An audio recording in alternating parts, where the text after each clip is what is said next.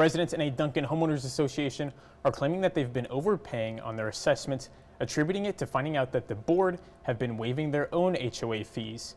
Those same residents say that this is in violation of the organization's bylaws that have been in place for just under 50 years.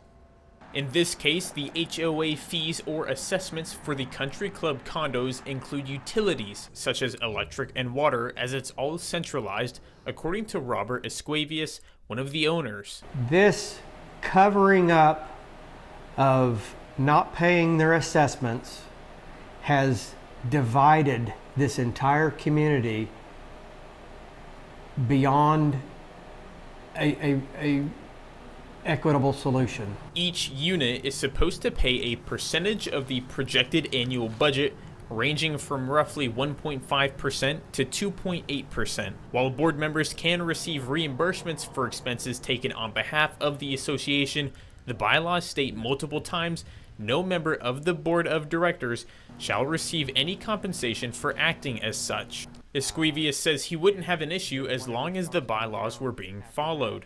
Documents that haven't been amended since they were stamped in 1977, just under 50 years ago. I reached out to Steve Kelly, one of the board members, and informed him of my story. Kelly said he believes the board is following the bylaws how they feel interpreted, but when I asked to go over specific areas residents say are being infringed upon, he declined to comment. From there, I reached out to the other 3 known board members, and while none answered their phones, I sent them all a text, to which I got the following response. In part, quote, "It is the board's position that there is no infringement and that the unrest lies with the bylaws not being updated since the HOA was first established in the 70s.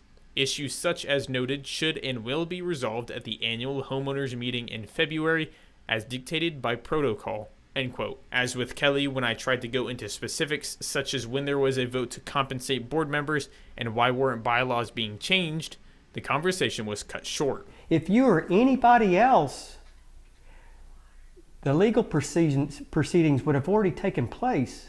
And since the board won't talk with me about the specifics of the bylaws, I reached out to a third-party expert.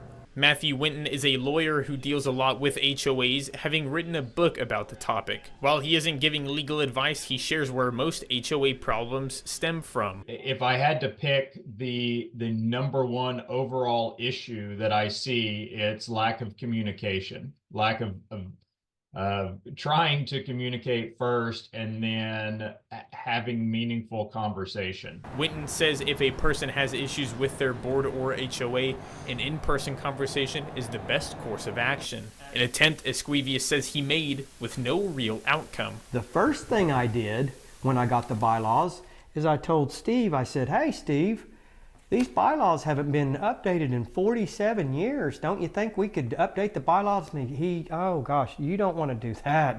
No, we need to do this, we need to do that. And you know, in retrospect, none of them want to get this cleared up. I guess they thought they'd live forever. Esquivius says he was sent board minutes from a 2011 meeting which state the board was questioned about receiving compensation after a motion was made to waive just under $300 in assessments. But according to the minutes, quote, "The homeowners voted several years ago to forgive half of the board members' monthly assessments to partially compensate for their time," end quote.